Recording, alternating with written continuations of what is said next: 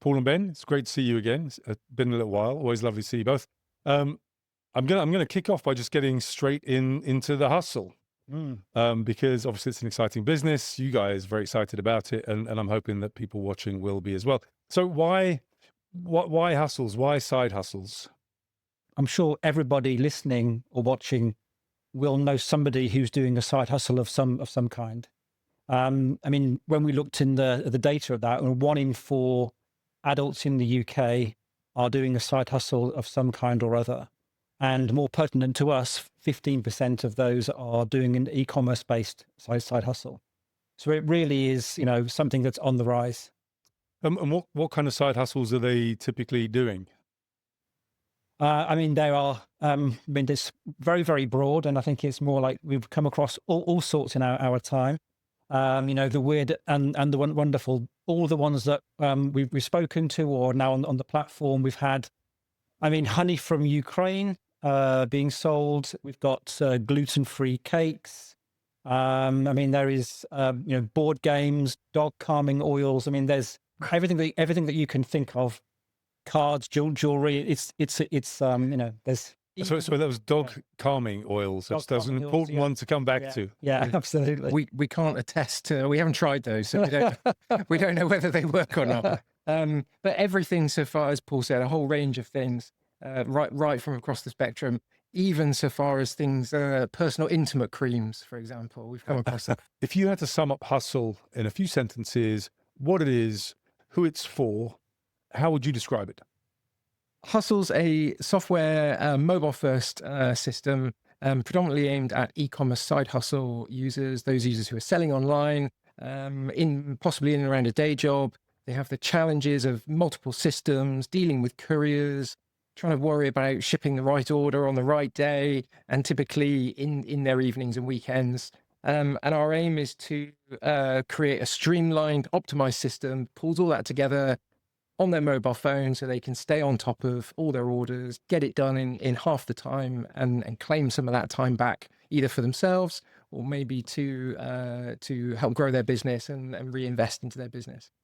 And what led you to it as a business opportunity?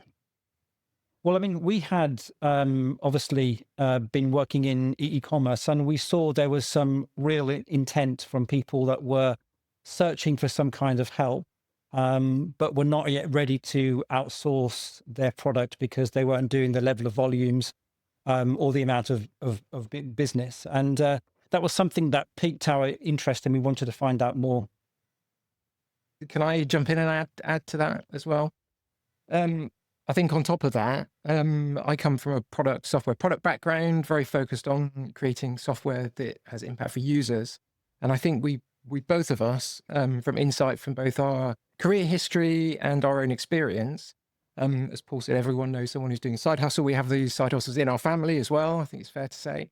So we've seen some of the impact of the evenings, the weekends, the lost time, the stress of potentially losing orders. And it really felt like in this day and age, there should be a software solution out there that can really make a difference and help people through these challenges. I definitely see that. I mean, we'll talk a bit about it later, but obviously we know each other from Habu, which started really trying to do something similar. It didn't think it was about side hustles, but actually a lot of the people that were using it for their side hustles. They were selling something on the side, making a bit of money. It wasn't their main job. It was often something they loved doing, and for some of them, it did grow into a business. And maybe we'll talk a bit about that when we talk about your backgrounds. But why are people doing it in your experience? Why are people doing side hustles? Is it because they hope that one day it's going to be a business for them? Is it something that's just a hobby, something they love? And does it have anything, do you think, to do with the current circumstances, the current economic challenges? And do you think they're going to have any impact on the number of people doing side hustles? Yeah, so I think when we did our research, we came across 3 main reasons why people were doing this. The first one is definitely about passion. It was really about, this is something that I've loved doing. It was a hobby. Now, can I make it something? There was definitely something there. There was the economic topic that you talk about, people looking to supplement their income. This is definitely a second reason.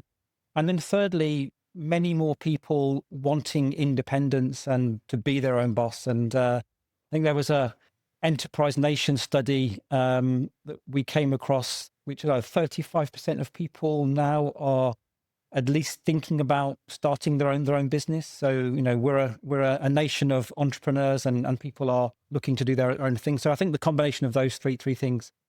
Do you think the working from home culture is likely to result in more people wanting to work for themselves? I mean, you already have a measure of independence. I wonder if that stimulates hustle culture. I think that's a really interesting question, actually. I think, you know, more flexible working for sure has enabled people to take on additional activity and maybe flex a side e-commerce business around other work commitments. But I think probably the biggest enabler we've seen is just the rise of more social commerce. So TikTok Shop, Instagram, selling on Facebook Marketplace and things like that. That's really put, you know, being able to get your products out there in the palm of your hand, in your pocket, in an avenue of your life that everyone is so engaged with already. And of course, e-commerce generally continues to grow, but social commerce is growing year on year and is set to reach, you know, record highs as we would expect. So I think that trend has absolutely fueled that as well. Yeah, I think so. And it's very easy, as you say, it's really easy, particularly in e-commerce, to set up a business now. But I guess it's easy to set up a business, but that creates challenges. And I think that's where your product comes in.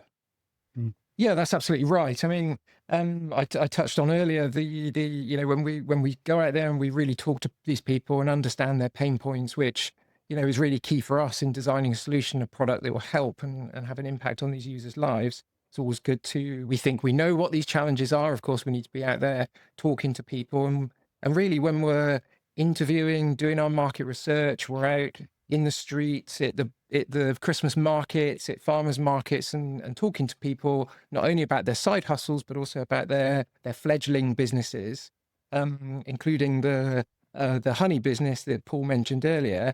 What we're seeing is this anxiety or inability to grow their business because they're very tied to what they know.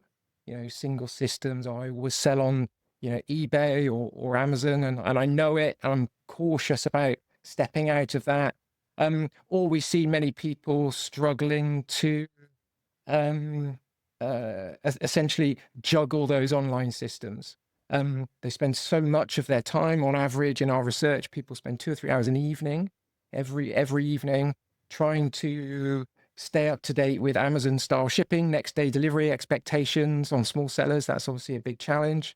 And so they're juggling multiple systems, juggling multiple packages. They're fulfilling on their kitchen table with their looping in their friends and family. They're doing all sorts, and it's such an ecosystem which is quite distributed. And that really is where they're losing all this time. And so how do you solve that problem for them? What we do is we look to provide a single view of all of their orders across all of their sales platforms. So whether they sell on one platform or 50, we bring all those orders into the system. They get a single, simple view within their mobile. It's a mobile app, mobile first product. So they can, like you said, around flexible working, stay on top of what orders they have coming in. The app automatically prioritizes those. I mean, one of the key things we learned from our research is that people struggle to find the next most important thing to work on across all of those different platforms. And so having a single, aggregated, prioritized view removes the cognitive load from the user, enables them to focus on what to do next. Alongside that, we streamline their activity into workflows to enable them to be most efficient. So they do all their packing together, they do all their shipping together, they do all their perhaps custom-made products together, which of course is a big differentiator for these sellers in this space. And then we provide them really simple access to all the couriers they need based on their price or convenient location, print straight from their mobile device. Help them streamline through that whole process, bring a bit of professionalism that you see in businesses that we've all worked in before, right into their pocket, and then give them a single bill for all their couriers. So if they're buying individual labels from Royal Mail, from Every, from DHL, other couriers are available, of course. They just pay one bill for that. So it's really about reducing that systems load, the switching, the context switching, the cognitive load, streamlining their activity, making the person most efficient, and then providing them access to all the convenient and well priced couriers they need. But that is really what sets Hustle apart in this space. What do you think the market is for a product like this? Is it a sizable market that should have been noticed before, but that you've picked up on? Yeah, we believe so. I mean, in the UK, based on those numbers I gave before, about 1 in 4 adults and 15% of those, we're talking about 1.35 million people that are running e-commerce side hustles in the UK. And when you look at that on a global scale, it's 39 million people. So it's definitely a sizable market. And as far as we have seen, no one has picked up on that yet, and we're the first to jump into it. And I think you said that you've done a sort of soft launch to some beta users. What has the feedback been? It's been very positive. I mean, when you have feedback at that early stage, you are as much learning about how you can improve as well as what is going very, very well. And so already we're getting feedback very positively about the time that people are saving. Equally, people are, were telling us that, they needed more courier choice, which we've now done. That we needed to be, of course, sharp on our courier pricing, which we've now done as well. So it's really a very valuable time for us to listen to people who have the app in their hands and are using it every day. The feedback has been positive. I mean, what's very important for us is obviously there's the functional things that we're doing for people, but when people turn around and tell us, because of the time that you're saving me, I went to the gym, or I spent time with my family, or I was able to sleep more. These are the things that, obviously really matter to us, because it's something that we're doing tangibly to help people have a better life. How much of the entrepreneurial journey is the hustle, and therefore you can hang on to them? Is it potentially years of them running their business? Yeah, I think it absolutely is. I think we recognize that the hustle, as you put it, is a long journey that starts with ideation. 35% of people want to start a side hustle, through to what products do I want to ship? What products, where do I ship? How do I post? Where do I sell? How do I ship? Right through to how do I customize? Because of course, as I said earlier, that's a huge differentiator in this space. And there are very little, if any, solutions out there to support customized product sets. Outsourced fulfillment companies, for example, really struggle with that because of the personalized nature of every different order that comes through. And of course, you scale that up big, it becomes untenable from an operational perspective. So supporting those early sellers through those early days of, time poor, I hate the different systems access, all the things we've talked about already. As essentially what we want to do is give those people time back. Now, Paul's already touched on the fact that maybe they wanted to spend that time with their family, they want to go to the gym, but the vast majority of the people we spoke to in this space really are limiting or self-limiting their business by the amount of time they have to spend on things like marketing, opening up new channels.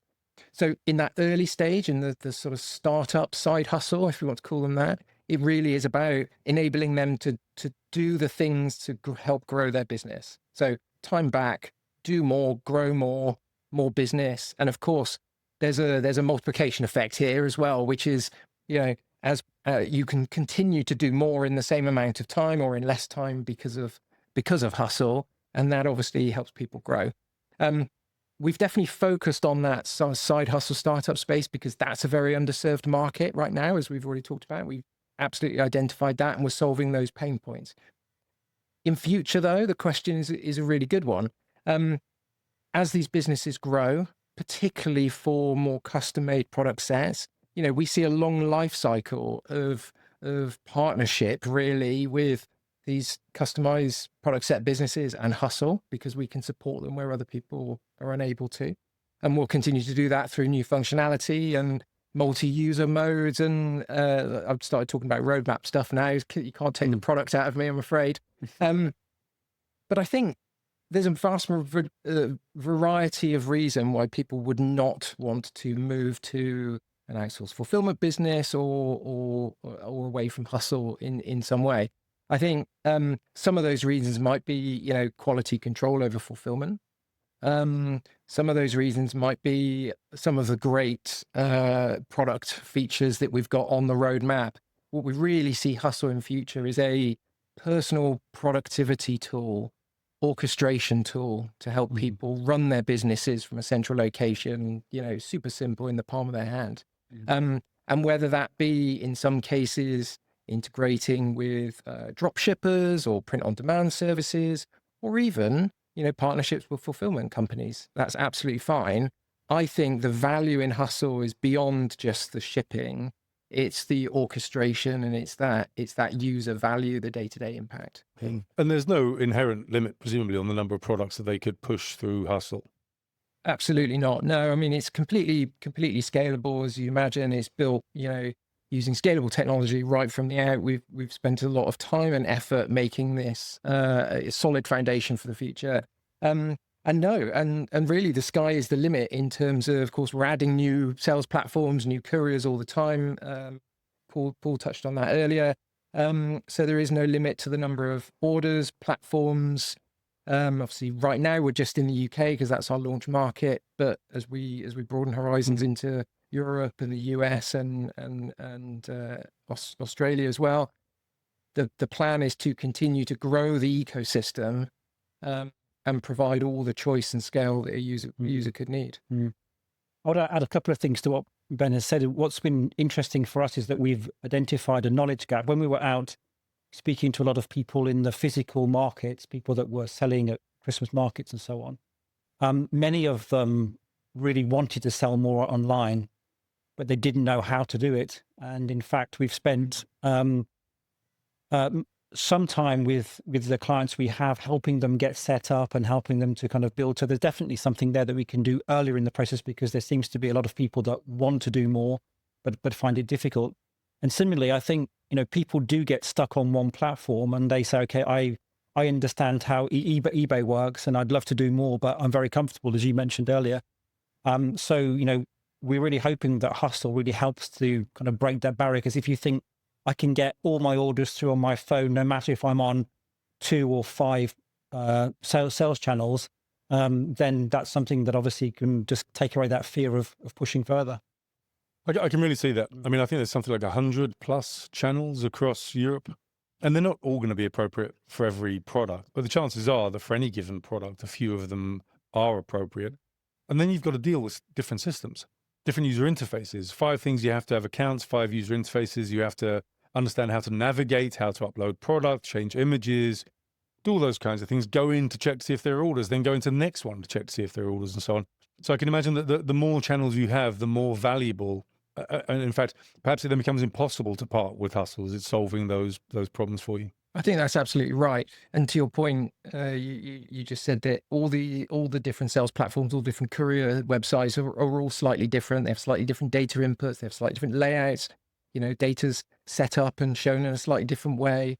And so, of course, it's natural for those products to do that because they are trying to differentiate themselves from each other, and that makes complete sense. What Hustle's able to do is aggregate and obfuscate those differences and those changes in a simple view with a common data set across all those platforms, in a common data set across couriers, weight breaks, limits, parcel sizes, and shipping routes, and provide a really simple cut-through path that doesn't mean that you have to have a PhD to operate some of these systems, which sometimes it does feel like you do need. Yeah. How are you selling this product? So how do I buy it? How is the purchasing metered in some way? Is it a subscription? Is it a fee on top of some element of the product? How does that work? And how does that then value the market for you? So let's start with how we price that. So when we discussed that at the beginning, it was very important for us that we help people to grow and that we help people get started. So we wanted to make this as frictionless as possible for people to start using it. So the app is free to use. You can download it, and to connect your first couple of sales channels, there's no cost there. there's only a subscription cost that kicks in once you add channels 3, 4, and 5 and beyond. So, you know, to download it and start using it on your first and second channels, there's no cost to that. You're simply paying for your shipping fee. So you're getting all of the aggregation, all of the workflow, you know, at no cost. I love that. I'm a huge fan of freemium. I think if you can give something away that people really want, that they can derive value from them, you're not gonna lose them. That's the key, of course, because it's free. Why would they leave as long as they're getting value from that particular thing?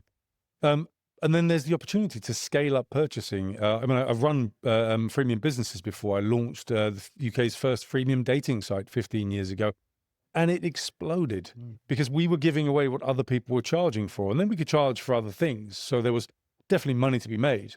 But to get that user base in a challenging market was so much easier when we were giving something away to begin with. Something else I love about freemium is the word of mouth premium that you get on freemium. I remember when we launched smooch.com, which was the freemium dating site 15 years ago, typically it costs something like £30 to £45 to acquire a paying member to a paid dating site. One of the reasons people didn't think you could do freemium was because you would never be able to monetize people at the same level as a paid site. So if you pay £45 to get them in the door, you'll never get the money back. By the time we were done, by the time we sold Smooch, cost of acquisition was 70 pence, the blended cost of acquisition. And that was partly, a big part of that was word of mouth premium. It's free when somebody tells somebody else about your product. So that's free. So that immediately has a massive impact on the blended cost of acquisition. But the other thing, it has really significant implications for SEO and for all of those things that relate to SEO that utilize similar algorithms like pay-per-click, because, you know, people love the site. They come to it frequently because it's free.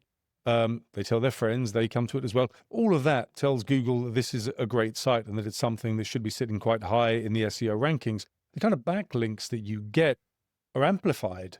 You know, if you've got a paid business, you've got to work to get those backlinks because, you know, someone wants to get paid for giving you the backlink, or at least they know that you're getting paid, and that might make them reluctant to do so.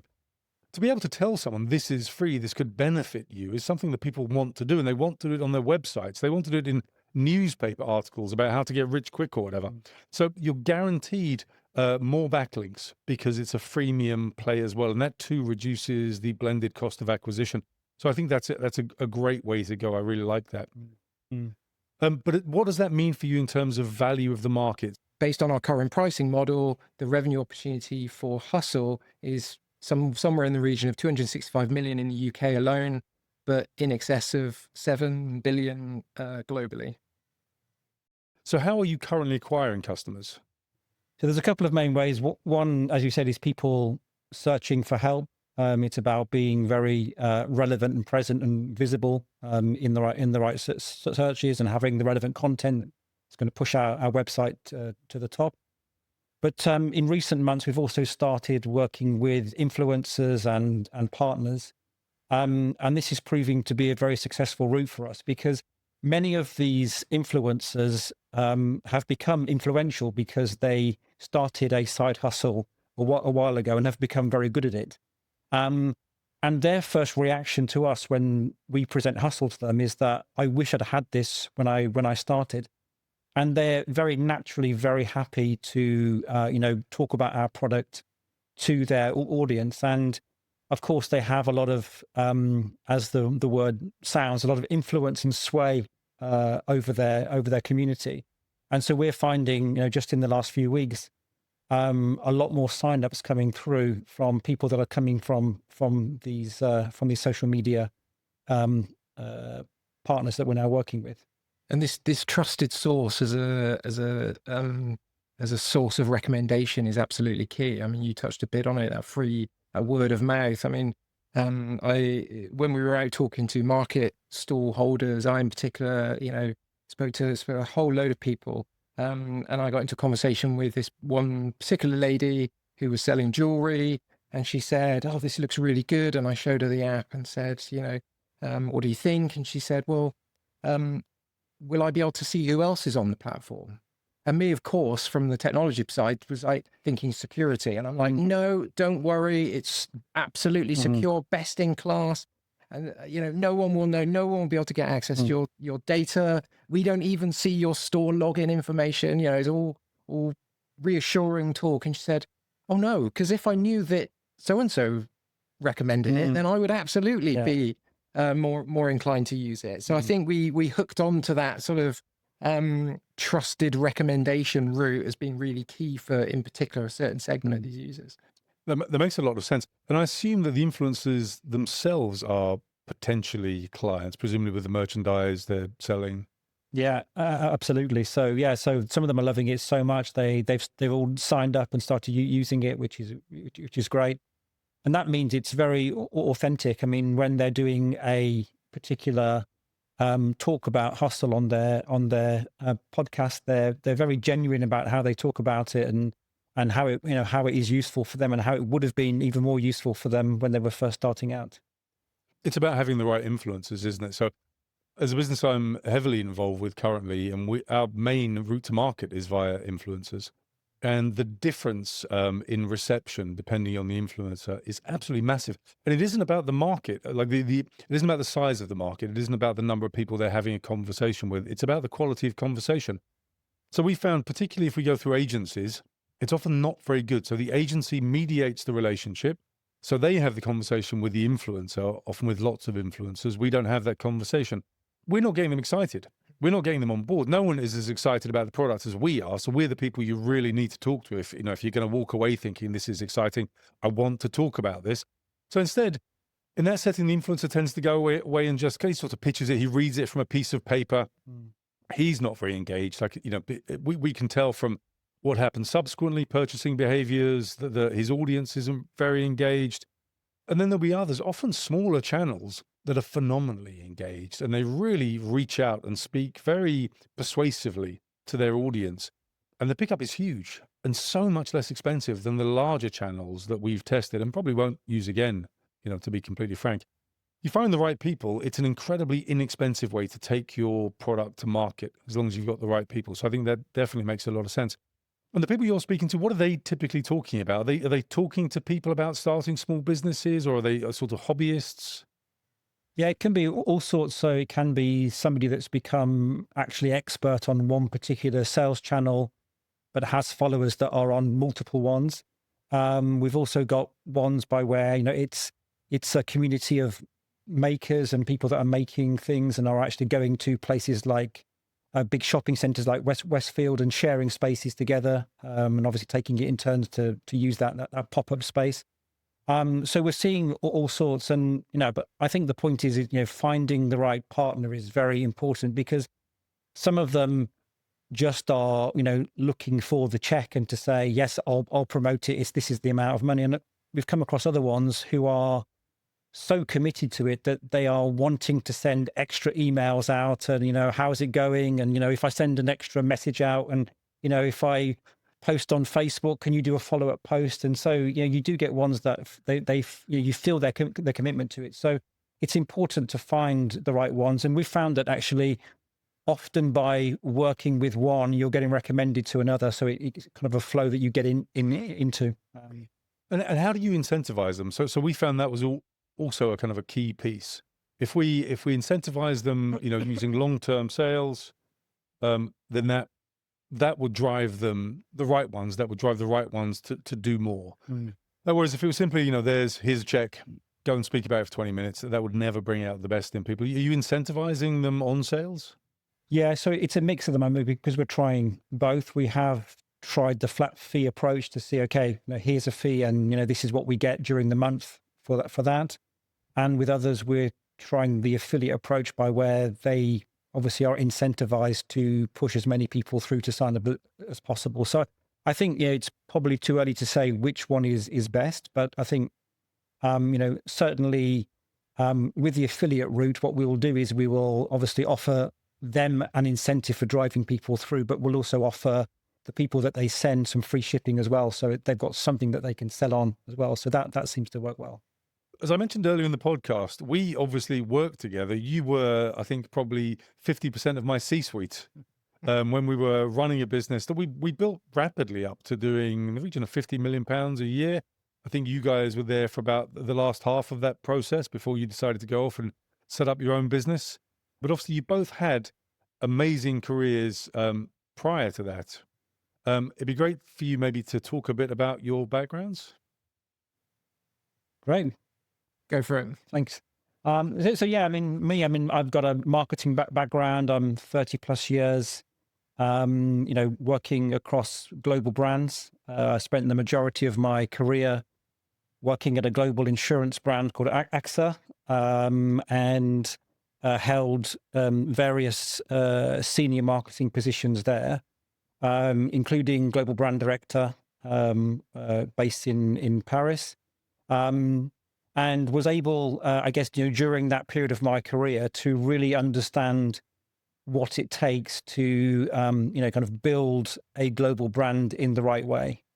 So I inherited a brand which was effectively 64 very separate global markets, and was able to kind of build a global master brand around it and double the value of that brand to $13 billion according to Interbrand. So something that I was very proud to achieve with my team, and we did a number of things there in order to make that brand less corporate and more consumer friendly. One of the things that we did was to create global partnerships with the likes of Liverpool Football Club, which was it's been a very successful partnership, which is still going today.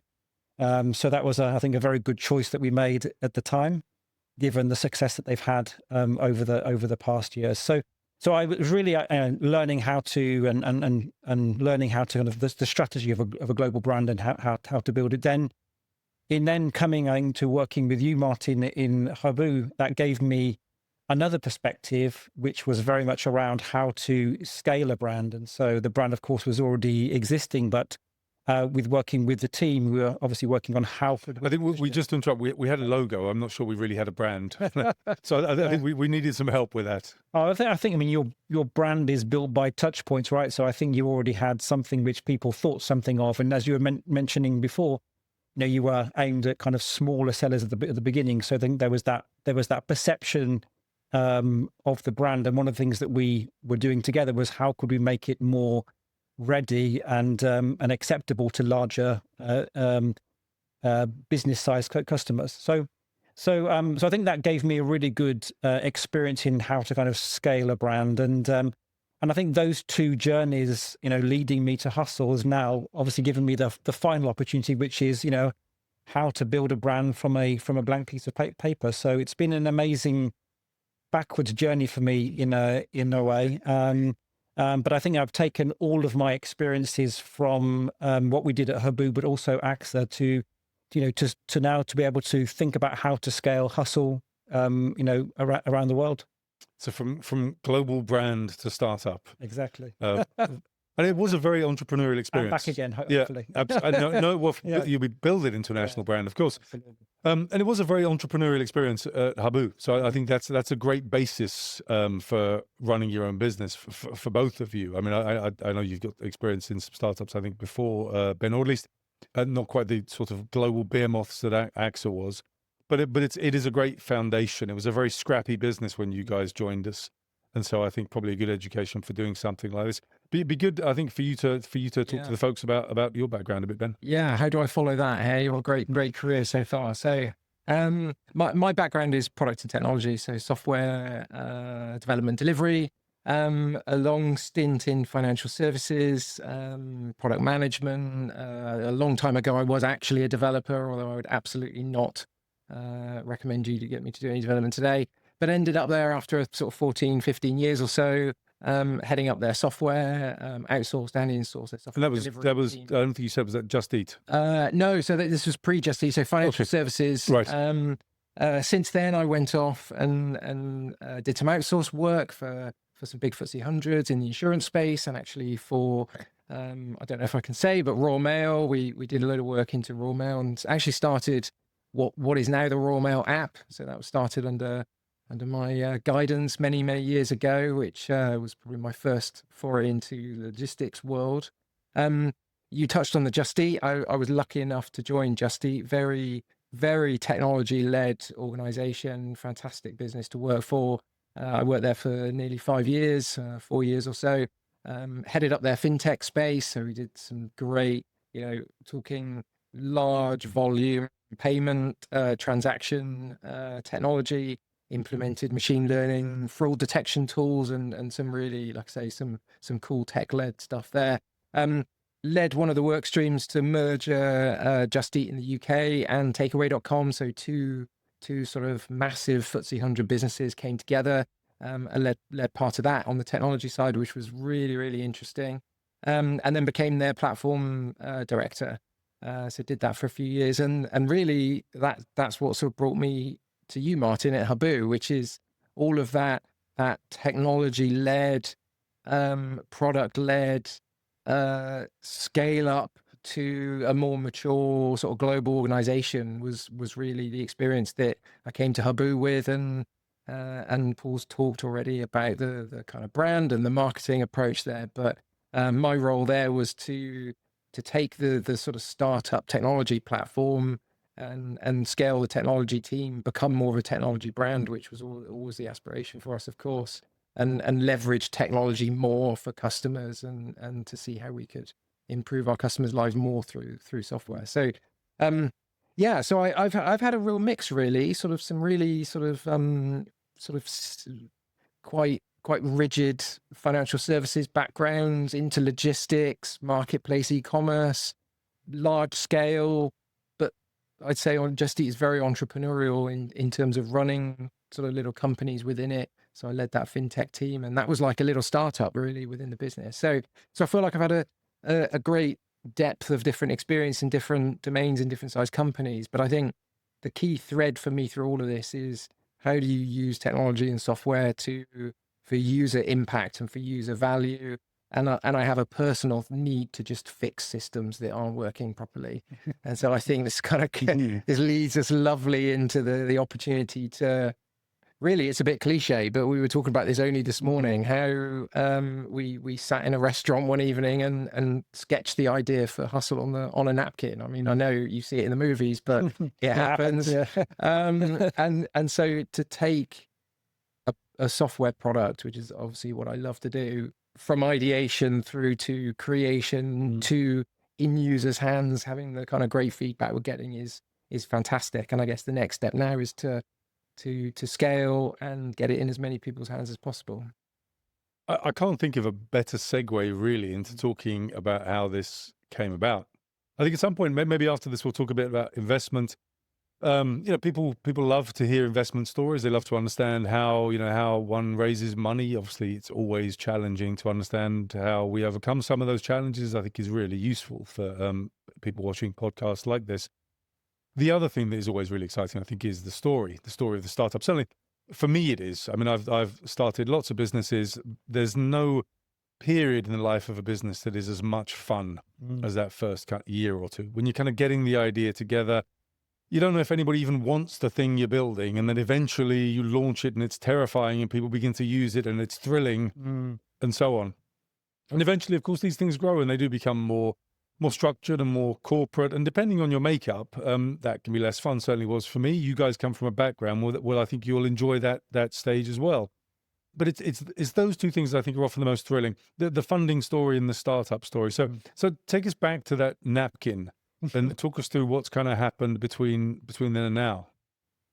Well, I think at that stage we had seen, the insights, that there was a lot of people searching for help, and that there were, people that were far too small for third-party outsourcing, that were requiring help with their admin, and that was really the starting point. So, I think being quite structured people, we said, that's not something we just take as read. Let's go and research it. So, the first thing that we did was to go and speak, spend an hour or two with e-commerce, these small e-commerce sellers, and really get an understanding of like what they do, how they do it, and where their potential friction points were.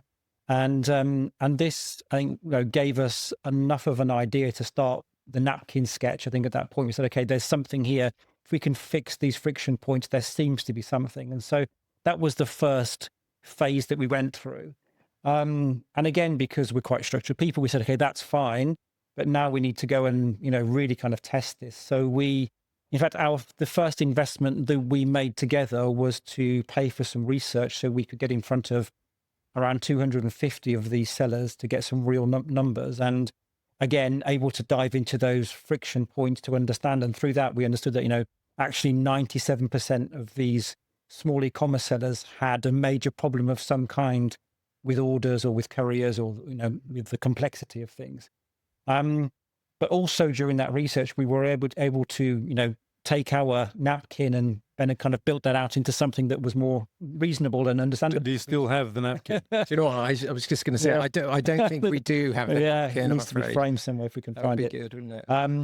And so we were able to say, okay, given, you're facing these problems, if if there was a platform or a solution that was able to do this, this, and this, and, how relevant would these things? And that was really our kind of approval gate, wasn't it? Coming out of that research, I think we were quite comfortable to say if that doesn't come back positively, then that's been a good few months of fun work and we'll kind of shake hands and, go do something else. But I mean, the feedback was, so positive. I mean, 78% of them being, very or highly likely, to want to pay for an app that helps them with those problems. That was enough for us to say, right, let's go to the next step. So that's kind of how things started. Yeah, and I think we've obviously worked together before at Habu, as you mentioned, Martin, and we enjoyed working together. I think we're both for a very similar approach to things, and so I think it was only natural that when we moved into this space, we sort of sought each other out and said, I rate you, Paul, and I said, and he said, and you, Ben, and we decided to get going on this new idea. I don't think, we went through those approval gates, and I think that's absolutely right. I don't think at any level either of us thought this wasn't a thing before that. I'd like to say I think we really knew very early on that we had this seed of this great idea. And I think that was more about how we bring that to life rather than is it actually a thing? Because I think we really knew that deep down at that stage already. And so you're to a point where you had an idea, you put it on paper, you shared it with some people that you hoped had the problem that you'd identified. They did, and they loved the idea that you were going to create a solution for it. How did you get from there to a product? Well, I mean, lots of hard work, lots of late nights, lots of conversations.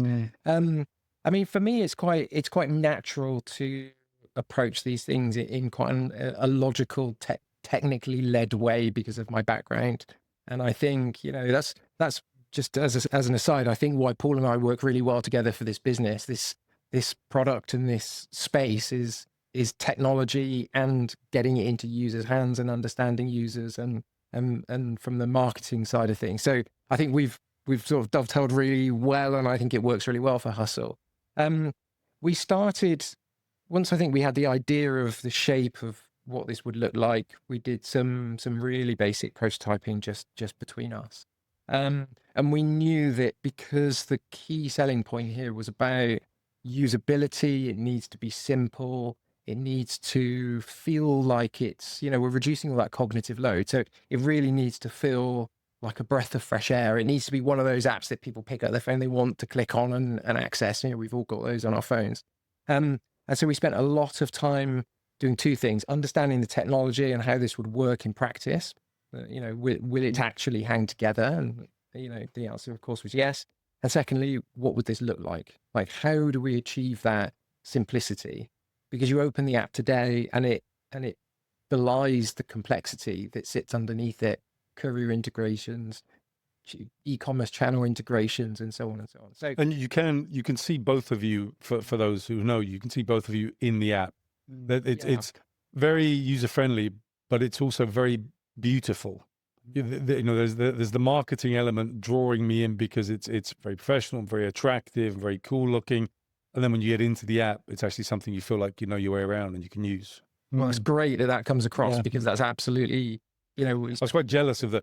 You have that kind of video that shows when even before you join the app. And I hadn't seen that before, and I still haven't seen that since. I can't believe you're the only people in the world ever to have done that, but I haven't come across it.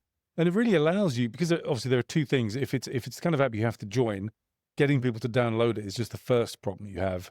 That's a challenging enough problem. Then you've got to get them to join up, to go through a sign-up process, and that's another challenging problem. Sometimes it can be harder to do that than it is to get people in to begin with.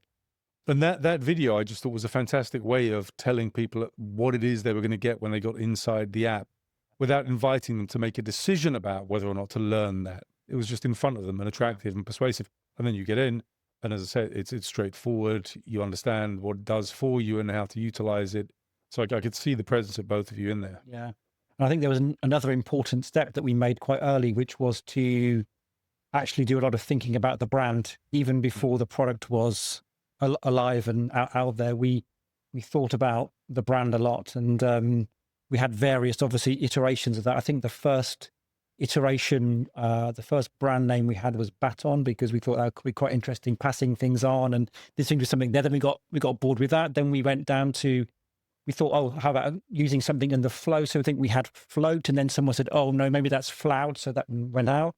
And then actually we, having thought more deeply about it, we said, actually, let's make this very audience centric, because I think that's really going to connect with people. So that's really where Hustl came from. And so we started to build around that. And it was very important for us from the very beginning to make this as professional as we could. I mean, it was really about, let's, even though we are small and starting out, let's people have the experience of this as being a very professional one. And that was something that we did and invested in very, very early. You'd never guessed that it was a two-man team putting it together. It really does tick the boxes. Yeah, we really have invested a lot of time, effort, and money, of course, in terms of getting that built right, creating some solid foundations for the future and for scale, as we touched on earlier. So I think that probably led us into the build, the early sort of breaking ground, I guess, of Hustl and the platform as to what it is now. And that was when we started on our pre-seed round. We obviously bootstrapped to a certain point and needed more to go further. And so that started us really opening the door to angel investor conversations. I'm starting with our own networks, family, friends, and beyond. And so had you built something before going on to raise, or did you design the whole thing, prepare yourself for a raise, take that design along to angels and so on, and raise some funds like that? No, we'd absolutely built something by the time we went to raise. And we set out on the journey very, very much self-funding, bootstrapping it. Like I said, I think we probably got about halfway through the build before we saw that actually we really wanted to do this justice. It felt like there were some really key things in the build that weren't there yet that we really needed to get in there. And I guess that's great, because you've said that the result of that has obviously come through, which is amazing. And so I think we realized then that actually there was more we needed to do to get the MVP product to where it needed to be. And so that's when we started the conversation. I'd say about 50% of the way through. And so was it a family and friends raise, then followed by an angel raise? And how did you go about that angel raise? So yeah, so it was friends and family first. That was obviously a way to raise money quite quickly. But then in parallel, we started to have conversations and basically get out there through our network, and that was really how we did it. I mean, because we have worked many years across many businesses, that's one of the things that we do have in our favor, is that we have a few thousand people on LinkedIn that we can go and speak to and get introduced to other people. So we started like that. But even though we've had long careers, this was the first time actually that we both had the opportunity to raise money. So we also had to learn a lot as well. So obviously, Martin, you've done that multiple times, and you obviously, that's obviously second nature to you now. But going back to your first time, I mean, it's a whole different world. And I remember the first ever pitch we did, which wasn't just to one person. In fact, it was to about 6 or 7 investors around a table. We sort of found ourselves all of a sudden through someone who'd known someone who something. It got us in front of this team. And I don't think we really knew what it was going to be. Yeah. Not fully anyway. And we found ourselves in this pitch. So I mean, and we obviously, trying to be professional. We prepared everything. We did the deck. We were rehearsing everything. And so I think our presentation went well, but of course, then you get onto questions. And, the first question comes, which they start talking about this thing called pre-money and post-money. And we were looking at each other saying, I'm not sure what they're talking about there. So we had to sort of say, like, we're not really familiar with that, which of course is a very basic term. And it sounds, obviously quite silly to say it now, but that was really, I think, a signal for us to say we need to, kind of take a step back and learn about this stuff, because it's going to be very important for us. So that was really our baptism of fire, really. There is a language around investment that you have to acquire in the early days. Yeah. And we all sit there pretending we know what they're saying when we don't. But eventually you realize that actually it's all quite trivial. There's nothing very clever about it. And quite often I think these terms are intended to disguise the fact that nothing particularly clever is going on. Mm. But so you found yourself in this meeting. Was it a sort of an angel network, or was it a single fund and it was various people from that particular fund? Yeah, it was a fund where angel investors come together and they take decisions to say we will invest in this company. So they're obviously investing in other places, but on these particular funds, they come together. So we were invited into this meeting to kind of make our pitch, but we came up against very experienced investors. So their questions were, for us, quite tough at the time. And of course, that was actually quite good to go through, because we made sure that we got the rigor right for the followers. But then, of course, you get to meet all sorts of different investors that say yes or no, and you're not actually there's no logic to why they're saying yes or no. And I mean, we had this one investor that we pitched to, and he said, I think this idea is brilliant, but I only ever write the first check. So, you've already had another check, so I'm out. So things like this, which was quite strange for us. I remember it well. I just to add to that, I'd say many of the better pitches and the more successful ones have been where I remember doing one without you, actually, because I didn't even know. So the best ones without Paul, you're saying? There's a secret there. I see cracks appearing in the perfect founder relationship already. No, so because I didn't even realize it was going to be a pitch. And I remember dialing into this meeting and all of a sudden there's a lot of people in the meeting and they're like, right, go. And actually, sometimes when you just speak from your heart, you can probably tell that, Paul and I are very invested in this. We see a huge future in it, really believe in what we're doing here. And actually, we've got an ongoing relationship and we're still in conversation with that investment group. So, sometimes dialing down on all of the jargon, the investment jargon, and just kind of speaking from the heart is obviously, has been quite good for us. And what's also interesting when you get into pitch events as well, so then you all of a sudden have to tailor your pitch to say, right, you've got 2 minutes or 10 minutes or 20 minutes. So you have all these various versions of your pitch, which was quite interesting for us as well to do. Yeah, I used to find that particularly challenging. I can't say anything in 10 words. So any 2-minute pitch for me was a 20-minute pitch. Yeah. I'm just trying to cling on to the stages that were dragging me off. But you got there in the end. So you raised some cash. You got to a point where you built, rolled it out. Mm-hmm. Is it now? Is it? Do you consider it to be a beta right now, or is it now the polished? I mean, it looks great, as I've said, but in terms of functionality, or is it now doing everything it needs to do for its clients, at least in the sort of first pass? I'm sure it's the sort of thing you develop for decades. Broadening the market and adding additional features and so on. But for that first pass. Yeah, good question. So I think it's fair to say we're now live. I think we're beyond the sort of prototype, put this in users' hands, see if it makes sense perspective. We've got some great early feedback, and I guess what you'd say is we're in that early user feedback refinement stage, but we're not seeing anything at this stage that leads us to think that we need to make significant changes. So we're just about to close our pre-seed round, and we're looking ahead to what's next. And I think that's come at a good time, because essentially the platform is live, the apps are live. We're incrementally improving that iteratively with new features, with user feedback.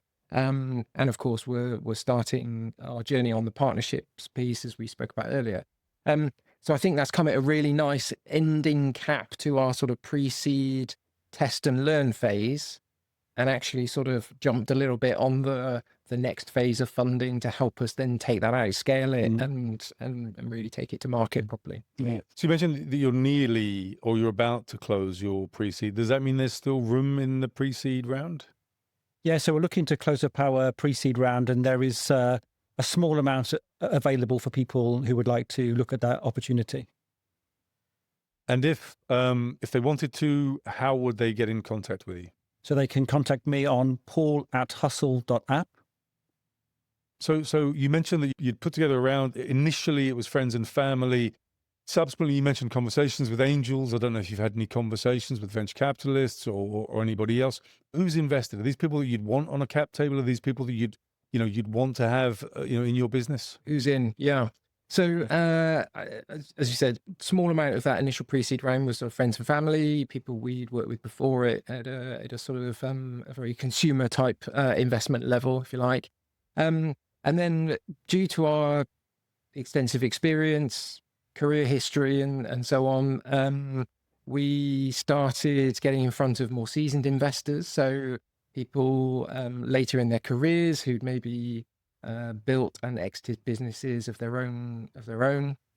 So great experience on which we can leverage, and we've worked hard to bring a good range of different experiences from different sectors in, and many of these people at that sort of more seasoned investor level also know Paul and I in one way or another. And it's great to see them come on board. They believe in the product, but also they back us as founders and a founding team to deliver on this. I mean, that's a great place to be. If you know people that can invest, do invest, are in a position to, and they know and trust you because they've seen what you've done in the past, I think that goes a long way. Not everybody raising money will have that. And of course, it's still possible to raise. It makes it a bit more challenging. But I think that definitely makes it a lot easier. Well, look, thanks. It's been really interesting for me. I mean, it's lovely to see you guys again. Lovely to see you doing so well. Seeing you getting behind what is clearly a really exciting idea, very large market. Exciting that you're really kind of the first entrance into that space. And so, should be able to exploit it with what is, as I've already said, I think a really fabulous product. So thank you for joining me and good luck with the business. Thank you, Martin. Thanks, Martin. Great to be here. Thanks for watching that. I hope you found it useful and interesting. It was shot, as I think I mentioned before, summer. Since then, I actually chose to invest in a small way myself, convinced by Ben and Paul, who, as I said, I've known for a long time, and by the story, the size of the market, etc. I mention this for full disclosure. It should not be taken as an endorsement. You must do your own due diligence on any business in which you choose to invest, of course. And investing in startups is inherently extremely risky. Anyway, thanks for watching. See you on the next one.